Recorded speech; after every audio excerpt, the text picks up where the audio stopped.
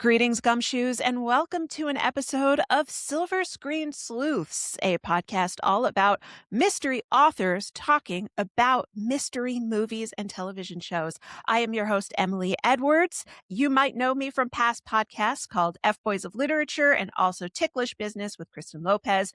I am a mystery author. I am a longtime podcaster, radio producer, Jill of all trades. I am here to talk to you about one of my favorite things in the world, which is mystery storylines. I've been an obsessive since I was a child, and now we get to dork out about it across media. With me today is a wonderful guest who has been a champion and friend in the writing world, Keith Roysdon. How the hell are you? Doing really well.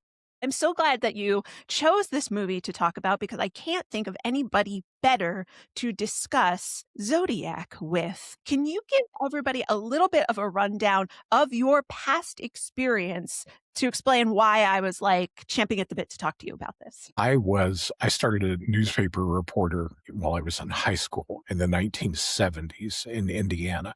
And I had the stroke of luck of being in a city, Muncie, Indiana, where David Letterman went to college, and where the first half of Close Encounters of the Third Kind is set, where the little kid gets kidnapped by the aliens. And I had this stroke of luck of being in a city that was incredibly corrupt and full of crime. Dozens of unsolved murders. So over the years, I wrote a lot about government, but I also, which was synonymous with corruption pretty much there.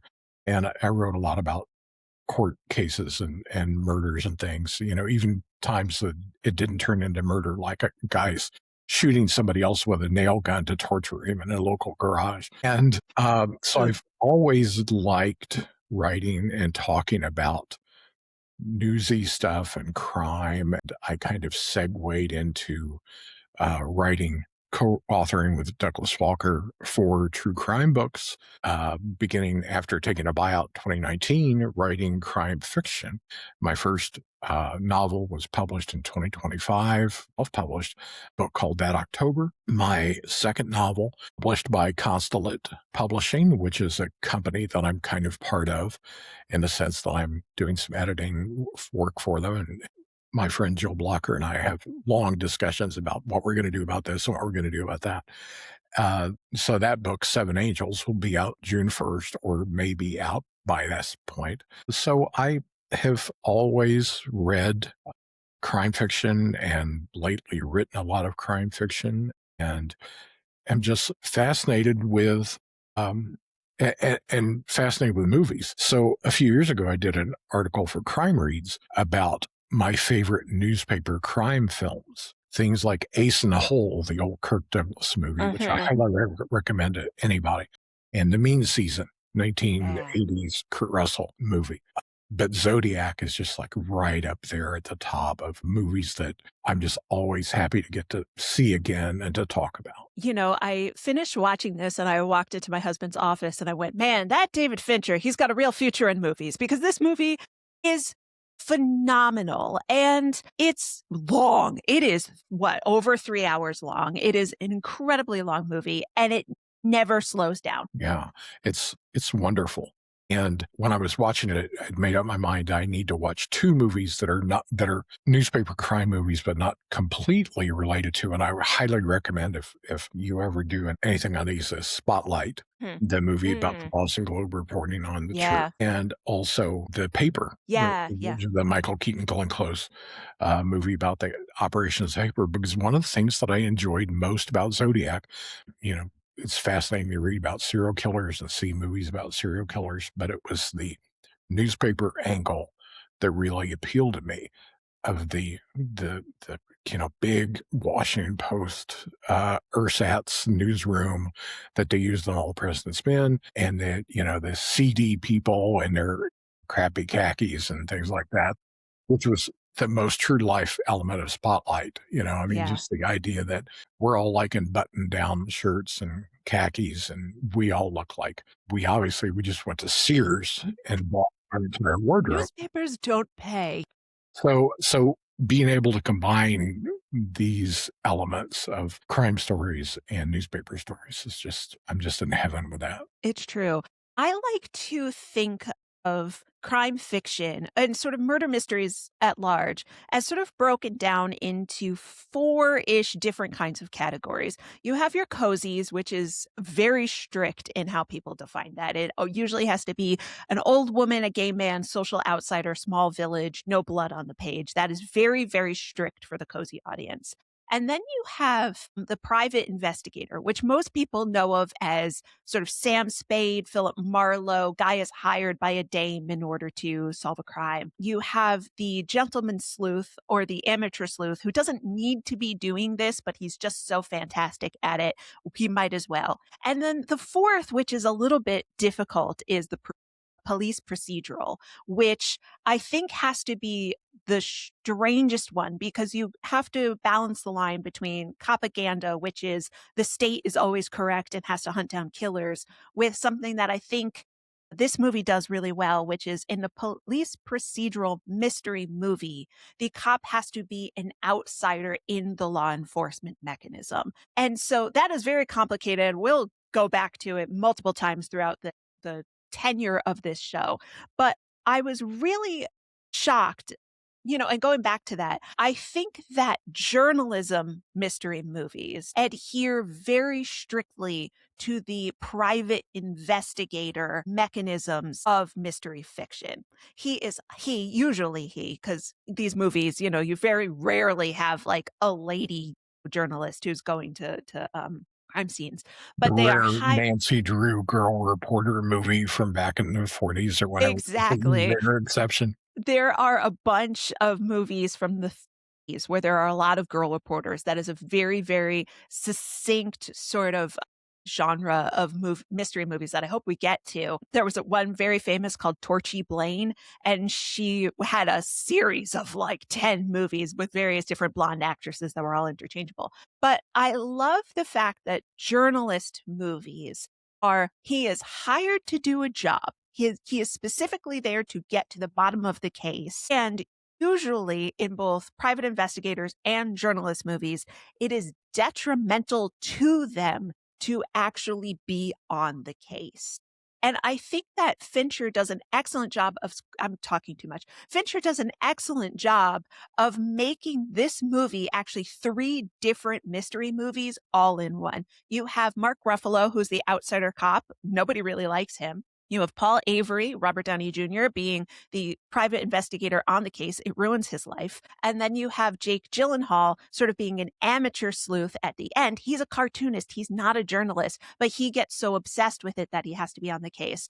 And I was like, hot damn, David Fincher, this is an incredible film. One of the things that was so great, and you could almost expect that they would do this, was that Fincher would do this, was that you are able to split the investigative role in the movie between, and this is obviously true to life because Zodiac sent letters to the San Francisco Chronicle, but they nicely split the investigative role in the movie between the cops and the newspaper people. But then what's unexpected is he splits further the newspaper role between, it almost kind of shatters it between the Avery character played by Downey Jr. and then and I'm forgetting his name, but the cartoonist character Jake played Gyllenhaal, by Robert Graysmith. Right. And then you've got all the levels of the boardroom types that are in every third scene, where they're having we're watching this movie. My wife is like, for God's sake, would you quit handling the letters that there are no gloves anywhere. Eventually they're handling them a little easier, but they're passing around the boardroom and all these guys who've probably just had, sandwiches or something for lunch. Exactly. We think Zodiac as having a corned beef sandwich with mustard. But they did a really unexpected job of dividing up and thus juicing the intrigue of the people who play a role in this. And like you said, shows how detrimental it can be to their mental health, their careers. I mean, it's doing the newspaper thing for 40 years, I know how detrimental it can be to your mental health, your health in general, but because you work too long, and you constantly feel like you're not appreciated, and you're certainly not well paid. All those things that Avery, played by Downey Jr., was going through, it was just, boy, that really rings true. He's frustrated, he's mad, and he's, just like self-medicating, and just, my gosh, it was perfect. It's really, like, very, very well done, and obviously, this is based on a true crime novel written by Robert Graysmith, who is portrayed by Jake Gyllenhaal, who was only 27 in this movie. He is extremely young. He's playing a divorced man, 2 children with a career, which nowadays, if you see a 27-year-old on screen, they're barely a functioning adult, and so it really captures, I think, the time and place of the 1970s, which is a really which I did not live through. I was born in the 80s. So I really enjoy things that are set in the 1970s because I don't think a lot of people my age and younger can actually truly grasp just how tumultuous the 1970s was for America. We see a lot of it now, and I think our current decade is very similar to the 1970s. But news at the time was really segueing, and you started out in the 1970s, was really segueing from the full sort of red scare, terrifying, if you're not with us, you're against us sort of news, to understanding that further understanding that tabloid sort of journalism sells, and also really grappling with the fact that America was hiding so much.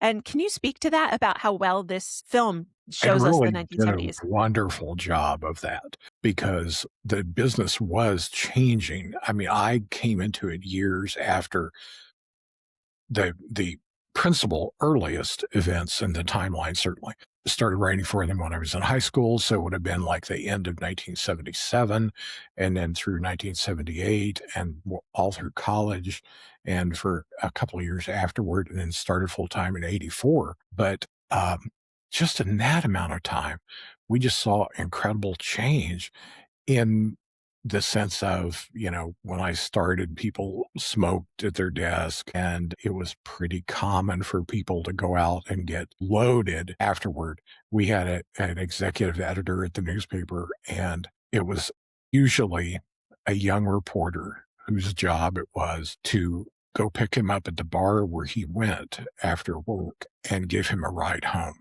So you had all those kind of social things, and you had then all these progress things too. I went from an all-white, male-dominated newsroom to, and you see that there with those There are Candy 4 Clark. women in the entire movie, and they're all wives or assistants or secretaries. Candy Clark, who I was like, "Who is that?" And we were like, "Candy Clark is the secretary, from American Graffiti and so many Mhm. wonderful movies." And so you see the change, but you don't see much of it because they're faithful to the period and that it was still a pretty monolithic white guy industry with the woman who unfortunately got, pats on the shoulder, You whenever. can say ass, it's fine. We're realistic about it here. But yeah, they did just a remarkable job of bringing that, aside from the set is great and the desks look right and all that kind of stuff, bringing that whole, who were the makeup of the people who were bringing you the Yeah. paper every day. Yeah. You towards the middle of the interview, Robert Downey Jr. gets placed by one Jewish man, and that's like the extent of the diversity in the newsroom, and Yeah, it's very shocking now. But, as someone who has worked in Hollywood industries and things along those lines, you know, most of these organizations are not nearly as diverse as they purport to be. Hollywood is still majority white.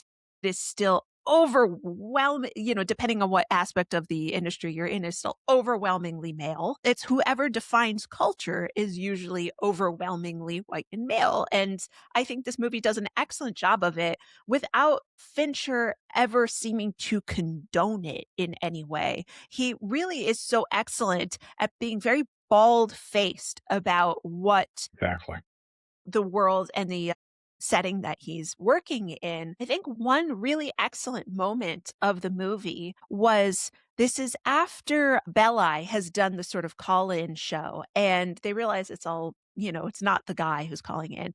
And there's an interstitial with a call-in radio show. And I really love the fact that they have all these voices sort of trying desperately to make a distance in between the urban murder and the rural murder. Because the places where a lot of the earlier murders happen, like Vallejo and Sonoma, Napa, all the way up there. Those are really, really at that time and even now, extremely rural areas. People always go, Napa, it's much more developed now, but it's still farmland. It is still majority farm. California is majority farm. People don't like to think about it. They think everything is LA and San Francisco, but it isn't. And I really appreciated how much time Fincher spent in the film, and it's a lot of time, trying to show the desperation of people going like, that is a San Francisco thing. That happens in the cities. That's not going to happen to me. It's not going to happen. It's not going to happen. And that protective mechanism that everybody has, that, oh, that's a city problem, not a me problem. And the practical element of that, as far as the story goes, is that you have all these different police jurisdictions that, to a greater or lesser degree, really wanted to or did not want to work on these cases. They didn't want to be, in some cases they were territorial, and in some cases they were like reverse territorial, kind of along the lines of, I don't think it has anything to do with you, your case that's making all these headlines, and we just really don't want that to occur. It's a hallmark of smaller communities, in the sense of the police would really rather not be dragged into big thing that is going to cause all kinds of scrutiny to come down upon them. But Exactly. yeah, it's absolutely the case. It's like had a nice philosophical aspect as well as a nice practical aspect, and both aided the storytelling. You always see those towns that this is very real, where they're like, we have a very low murder rate, but so many people die of accidentally falling on their knives. And you're just like, guys, the coroner needs to be a little more honest with you. Yeah. So much accidental high impact lead poisoning. Yeah. How does that happen? I think one of my favorite lines in this movie was, there was a routine cabbie shooting. Yeah. Well, and I love making this observation. There's almost nobody who is a bigger gossip Ooh, than police and newspaper people. They love to gossip and they love to talk about things, whether it's, ridiculous things about somebody's personal.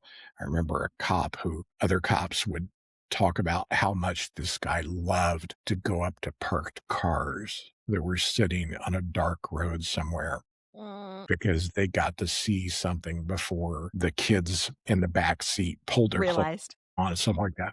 So, cops and newspaper people love to gossip, but they also love to just kind of I don't know quite how to describe it, but it's very much that kind of Machismo. disassociating things, and just the things that are important to everybody else, they're very offhand about, and they're even kind of sarcastic and bitter about and crass about. hmm We always talk about that being a coping mechanism, but they didn't do a ton of it in the movie, but they did a little bit in the movie of that kind of, you distance yourself from how horrible something is by making a joke about it, or insulting somebody or something like that. But that's another one of the things I like about um, honest cop and hmm newspaper stories, because if you're adequately capturing the real attitudes of those two professions, you're probably alienating people who are just like, my God, these people are awful. The normies.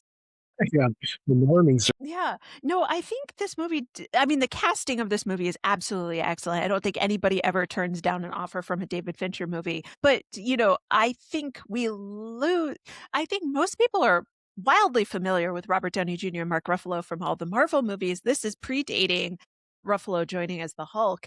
And I think they should be cast in everything together. They have such an incredible ease with one another.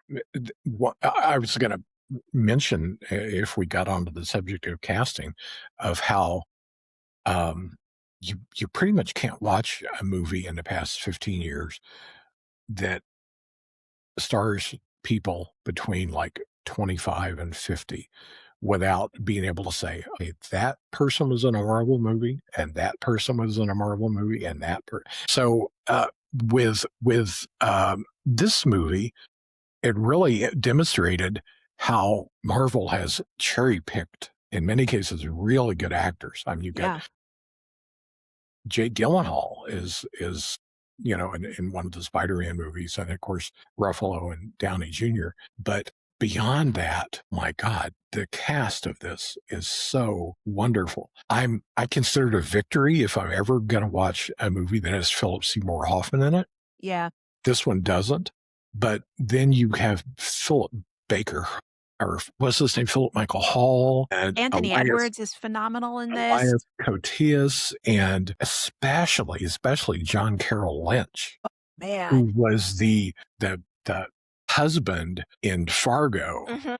Like they're hanging out at the buffet, and he's around the house, and he's supporting Marge Gunderson, Mhm.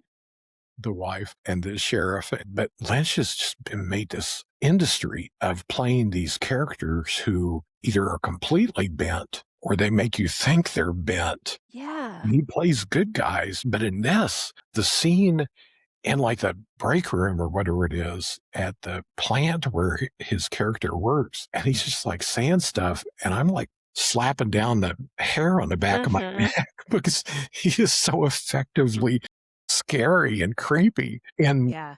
whatever, possessed him to do say some of the things that he did that just made Anthony Edwards, and maybe it was Ruffalo, and they were kind of like looking at each other. They're going, that in their stomachs, they're having the churn of like, "Oh, this is our guy. My God, what are we going to do? We can't slap the cuffs on him right now because there are massive, we're so used to cop media where it's like, oh, the second you get the whiff of something stinky, we slap the cuffs on him and we'll prove it in the next 24 hours that we're allowed to hold them." And it's like, that's not how police work should work. That's propaganda. This is real police work. This is a real police procedural where you have these men who are so constrained by the rules and limitations of their profession. You have the journalists who cannot name someone because they are, while he's alive, because they're going to get slapped with a libel suit. You have the police officers who are like, I cannot prove this. The handwriting details in this is, I don't know if that's still admissible in court. Like, I can't fathom that that's something that you can hang a court case on anymore. It seems like absolute, like, ridiculous hooey nonsense, but it keeps coming up over and over and over again. And it's so gripping to watch, which is actually interesting as someone who writes books, because I don't know how you have to be a hell of a writer in order to get that level of creepiness and that level of atmosphere into a book scene as opposed to a movie scene. Yeah, you can do so much with a camera. And sometimes I've been called my writing's been called minimalist Mhm. because I don't do a lot of descriptions. I do some, but I think that's because I'm seeing it almost as a screenplay or something in my head with some sparse stage directions. But yeah, that you can convey some element of that. All these guys you mentioned, Sherman, a while ago, all these guys are, and they are mostly guys who are feeling all this. They're tired and they're disgusted and they wish this would just go away along the same time as they're like, we cracked this code and this is exciting. And I'm convinced this person, I mean, the conflicts between being excited about something and wishing it would just go away, it really emphasized in this movie. Yeah, I think one of the most shocking scenes is, Fincher does not back away from the violence. There are brutal, long murder scenes in this, which I had to mute a couple of them because the acting is so incredible, and he does not flinch from anything. But one of the best scenes for me is a scene where it's Halloween and Robert Downey Jr.'s Paul Avery is opening up a Halloween card, and his visceral reaction to being sent a slice of the bloodied shirt that someone was wearing, which is, sort of a calling card that Zodiac had been including in his letters. And he's so shocked that Zodiac knows who he is and how to reach him. And he immediately goes like, I need a gun. Everybody's walking around wearing buttons that say, I am not Paul Avery. Like that is a, which was real, which is absolutely just like, a lot of professions do somewhat get a feeling of I am untouchable, where, I think like it shocked a lot of nurses and healthcare workers in the early days of COVID that they were getting sick and dying. And I think, a lot of the cops always think that they are, like, you can't get me. I'm the big bad lawman. And I think to an extent, to do a lot of these jobs that are frontline jobs, you have to have that veneer of invincibility to them. And I think setting a scene where Paul Avery's veneer of I'm the hot shot, like smart ass journalist who's going to get to the bottom of this, where he's like, oh my God, there's a killer who knows my name and how to reach me and what building I go to every single day. It's such excellent characterization that is straight out of novels. Like you have to have the Moriarty sort of tell Sherlock that he knows who he is and how to get to him. I never had, I mean, this isn't quite a comparable experience, but in 2016, I was writing about the Klan in Mhm. my area of Indiana. And it was because in a couple of the smaller towns, they had had Klan activity where guys would come and stand on the street corners and try to hand out leaflets and stuff. And otherwise, one thing that was popular at the time is the Klan was printing up, um, and again, this is 2016. The Klan was printing up flyers and putting it in like a Ziploc bag with a rock, and then putting it on the hood of their car, including like the police chief's car. His like his Shocking that you issued mentioned this vehicle. because that's an entire section of Carl Hyacint's Fever Beach, which Yeah. is I was like, surely people don't do this. And now, of course, you're like, no, I knew that I saw the guys do it. Of course. Of So course. so I narrowed this group down to a couple of people who I thought were likely participants and went out in the middle of nowhere to where their compound was and couldn't in any way, shape, or form get anybody's attention or anything like that. They have, big, gates and things like that and flagpoles with all the typical flags that you would expect would be there and like a trailer that somebody had spray painted unintelligible Charming. stuff on the side of it and all that. So I found the number for one of these guys after being unable to raise anybody when I actually went there and left a message on their phone. And I can't tell you how weird it was to then get a response from this Klan guy who left a voicemail message that wasn't incredibly weird or creepy or anything, but just have this voice. And you can, if you were going to cast a vocal actor as like an old Klan member in Indiana, Mhm. I mean, this guy sounded like that. And so I cannot imagine what it would be like to be singled out because I'd sought this guy out, Yeah. what it would be like to be singled out and contacted by somebody who you weren't expecting to hear from. I mean, that just ups the creepiness level Yeah. incredibly. Yeah. I think, I did a little bit of research, not a lot of bit of research about, we have this concept of the 1970s as you couldn't swing a dead cat without hitting a serial killer.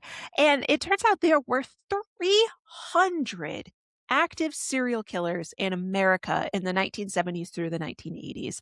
And I mean, we talk about crime waves now, but 300 serial killers is a lot of serial killers. That is a lot of people. Yeah. We, in one of our true crime books, the fourth true crime book was Nothing But Unsolved. Mhm. I mean, it's Cold Case Muncie. It's nothing but unsolved murders. And because we had identified during the course of about 10 years of writing cold case articles for the newspaper, we'd identified about 3 dozen cold cases in our city of Yeah. 60 some thousand people. in a county of like 110,000 people. Yeah. And since the 1960s, so the idea that, okay, some of these people probably did this more than once. Hmm. I mean, this wasn't a matter of they got mad at somebody and hit them with a shovel, although that does happen.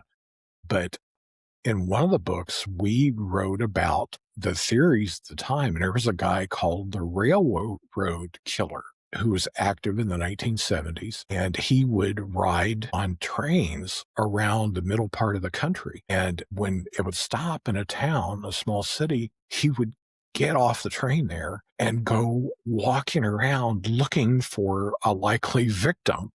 Hmm. And then after he would kill somebody, he would get on another train and he'd just be gone. I mean, there was no tracing them. He's not, we can't go check the hotel desk and see if somebody matching his description has stayed overnight or anything. Nobody's looking Yeah. at No for any credit card license plate or records. anything. There's no cell phone I'm tower just touring pings. There's around this no. part of the country, just, killing people in the most random way possible. And again, from one of those books, the things that scared investigators the most was that like in the notable case that dated back to 1985 and is still unsolved, that um, police were afraid that this person killed these people and left town. They might be in prison for some other crime. They might have got killed in a bar fight. They might have died of cancer, like 5 years or 10 years or something. And there's never going to be any explanation Yeah.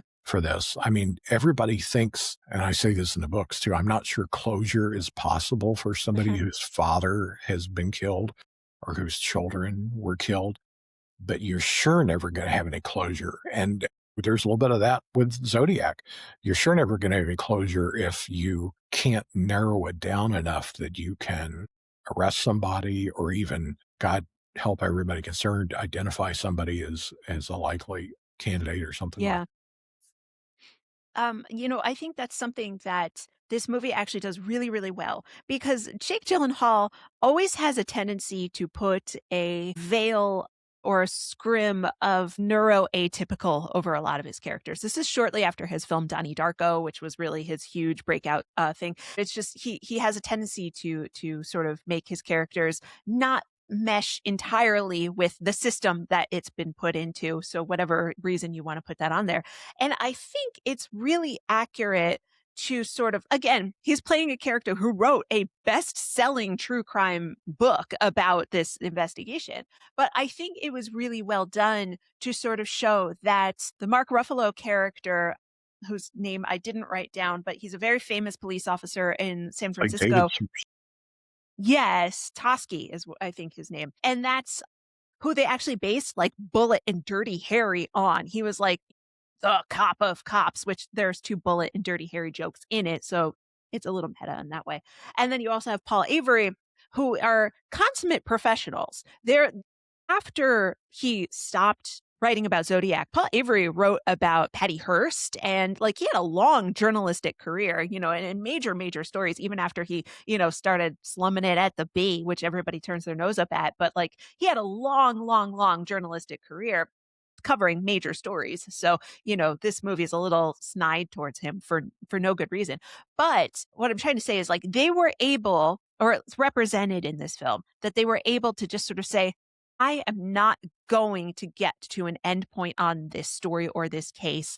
Have to walk away before it destroys me. And I think it was very smart, but also accurate to sort of have Jake Gyllenhaal's character of Robert Graysmith, who's a little neuroatypical, who doesn't, he's described as a Boy Scout. He doesn't, drink that much. He doesn't, sleep with sex workers. He does, he's a very straight laced guy. This is the thing that unravels him to the point that he is, living in an apartment by himself. His wife takes the kids, out, or aren't even hers, like out. And she's like, peace out, you dude. I cannot deal with your sort of Obsession. yeah, your obsession with this.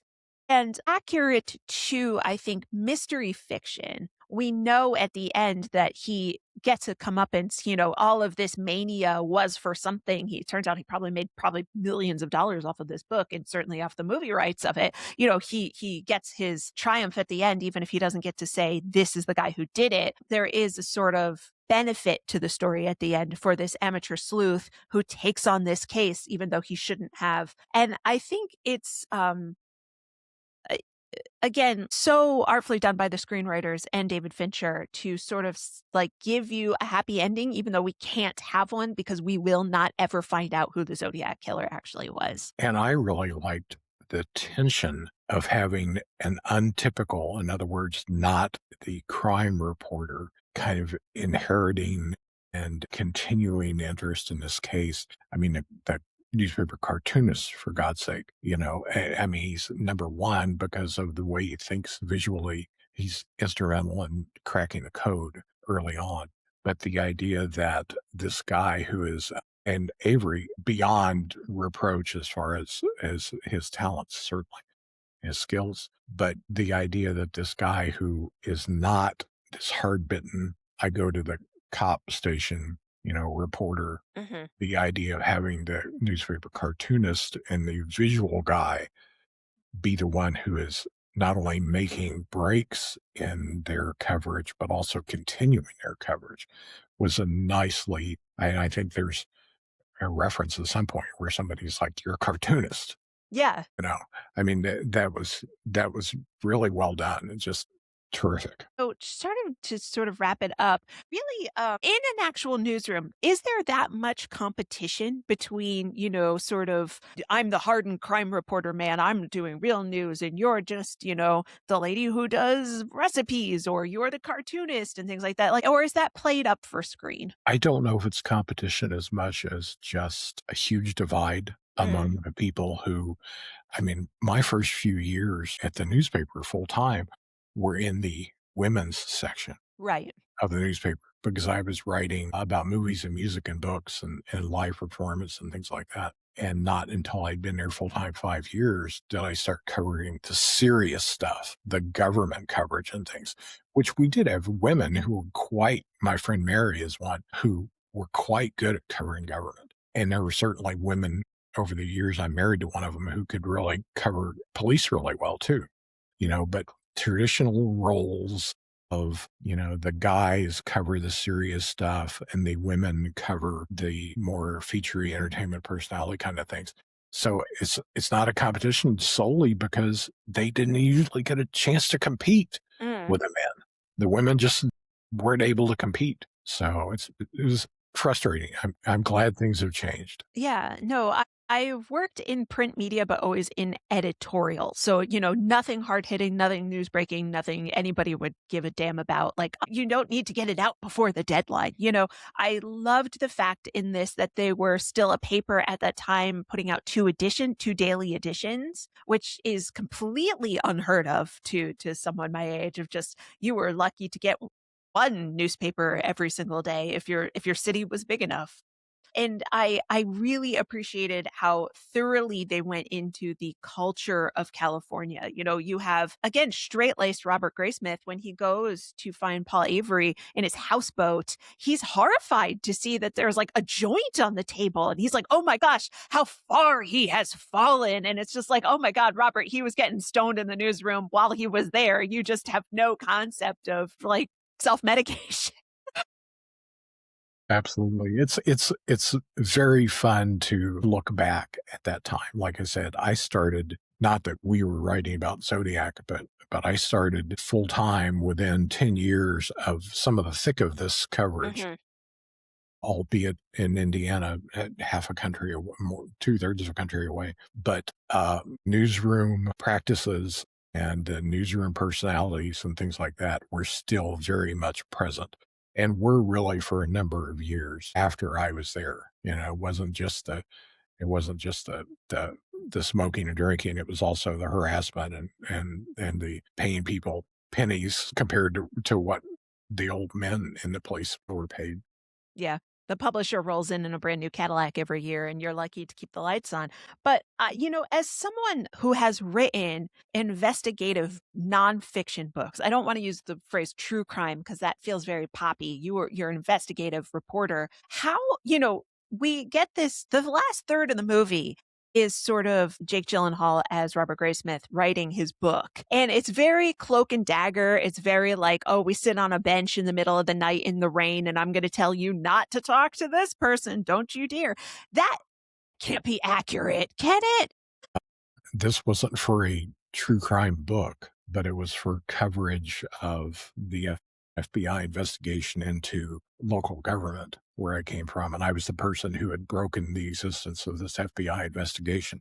I wrote about it for 8 months Mhm. before the feds finally showed up with warrants to serve at City Hall. And then everybody's like, damn, you've been writing for 8 months, And I'm like, yeah, I've been telling you, Yeah. but I Do you used want to to, see my file of yeah, information that I have for you? but I used to meet people. I used to meet sources in like the third floor or the fourth floor of the big university library there in town. Mhm. And I lived literally backed up to the parking lot of a Mormon church. And there was somebody who I would meet. He would pull his car into Gosh. the church parking lot at 11 p.m. And I would go out and sit in his car with him while he's It's saying, incredible. ought to look at this, you ought to look at that. It absolutely does happen. It That's usually happens over like beers at a bar, but yeah. frequently there is the real kind of that skullduggery moment where you're standing in a dark parking lot talking to And somebody. you're like, I'm either going to get information or hepatitis. I don't know which. Oh my gosh. Because I think it would be impossible not to compare this to the other great investigative journalism film of our time, which is All the President's Men. I love the fact that it's odd to compare Jake Gyllenhaal this to actually Robert Redford, because talk about two very different actors.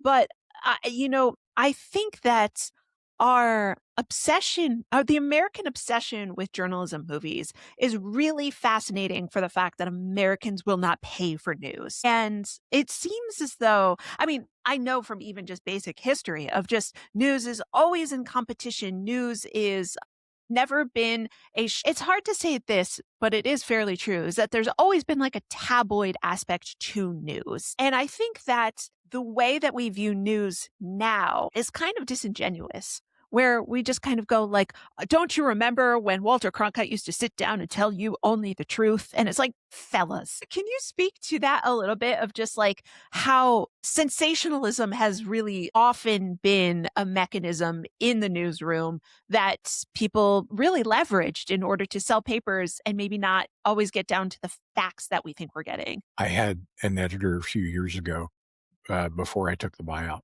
whose dream day would have been a bunch of like monkeys escaping and like setting fires and stuff like that. He was he joked about it. That harkened back to the day, I don't think he was aware of this, harkened back to the days when one of the local parks had a zoo inside, which is a really depressing thing with bears and monkeys and things like that. But every year they would get a shipment of monkeys in in a big crate, and they would put them in an enclosure in the park. And every year they would have to get a new shipment of monkeys in because they would inevitably escape and be killed and things like that. So, so God. it's kind of hard to quite equate the whole idea of what's sensationally treated and what isn't, because there was so much that by its nature was pretty strange and sensational. I mean, if you walked out into on your porch and there were like half a dozen monkeys sitting there that had made a break from this sad monkey enclosure in the city park across the street, well, that's pretty sensational. Yeah. Oh my God, the kind of things that newspapers used to write about, because I've spent so much time writing books set in like 1948 and 1984, and I didn't mean to juxtapose those 48 and 84, but that just worked out that way. So I pored over newspaper articles from that period for months and months and months and months. And the kind of things that newspapers used to write about, even during my life time and during my career were usually so sordid and Hmm. awful, whether it was somebody who's, which newspapers don't do anymore, somebody reporting on a suicide or reporting on, like in court, the couples getting divorced and the judge and all his Yeah, the patriarchal airing of dirty wisdom. laundry. The judge and all his patriarchal wisdom just basically tells the woman to shut up and put up with it, and Hmm. go back and cook for her husband. And so the kind of stuff that used to be routinely in articles in newspapers, people would freak out if we ever wrote any of those things down. And I don't think we should. I don't think Yeah. put in why somebody got divorced or that somebody was committed unless they killed a dozen people and that they were committed to a facility or something like that. But that sensational aspect was baked in a few years ago, and it's sensational now, but it's sensational in another way, in the kind of the sense of the insane things that some political types do and say, the insane memes that they share now. Used to be it was I'll never forget this, covering a mayor of my town who welcomed a delegation from the Japanese sister city. And he's talking to all of them. And he says, last time I was in your part of the world, I was doing this. He's like, da da da da da da da. I swear to God. So things used to be more sensational in the paper because they were pretty damn sensational in real life.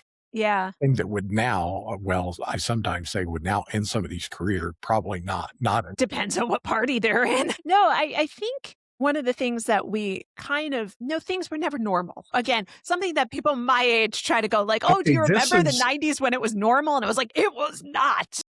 that is like my favorite phrase I've heard lately. Things were never normal. I Yeah. really love that. I'm sorry. Yeah. Go ahead. But I think it's a good perspective to have again when you watch movies like this because the like we've been saying, like the set design, the costume design, the lingo that they're using, the limitations of policing, where Toski is sitting in a car and they're like, call us in on a landline, and he has to find a police phone box. Those sorts of things are so far removed from modern understanding of how investigations work. And I think that there's often a risk when you do historical fiction and historical representations that you either make it too onerous or you make it too glamorous of the time period that they're living in. And truthfully, it is just an impeccable piece of work from Fincher and the screenwriters to point out that mechanisms and systems were in place. They don't have, say, like DNA swabbing. They don't have, everybody's handling things with bare hands. And the entire time I'm going like, you don't even have leather gloves? Like you don't have nothing? But, it's absolutely fascinating. But mechanisms were in place and these people were professionals. And I think this movie just, again, for like a 3.5 hour long film, this movie is incredible and very educational for people who love mystery fiction. Yeah. And how great was it? They all went to see Dirty Harry in the theater. I know. And it's based on Toski, who is, again, an incredibly famous investigation. And you can tell that he's like, and again, Mark Ruffalo, so good of an actor. He's like, I'm humiliated. And then he makes a joke at the end where, Grace Smith pulls him out of the theater and he misses the end. And he goes, oh, like he gets shot at the end. And he's like, isn't that great that you never have to prove something beyond a reasonable doubt? And I think for that line and that concept to sort of come at the end of a movie where nothing gets braided back together. We start the film and these three guys, these three concepts of sleuths are braided together. They're woven and then they become completely unwoven as the movie comes along. To tie it back into a knot at the end of, in film, you don't have to prove it beyond a reasonable doubt. You get to shoot the guy you think is the bad guy, and that's fine. But we live in real life. And I'm so glad that we started out by talking about this film because it's so good of a reminder to sort of say, to remind people of the delineation between fact and fiction. Yeah, absolutely. It's so wonderful to have. So, Keith, how can everybody keep in touch with you if they'd like to after this wonderful conversation we just had. My God. Well, I'm on the accursed social media of every kind, and I regret it almost every day. So it's just under my name, and Blue Sky. I probably live on Blue Sky more than any place else. Blue Sky and Instagram, not so much on Twitter anymore, just because, but I'm still on there because I know people who are on there.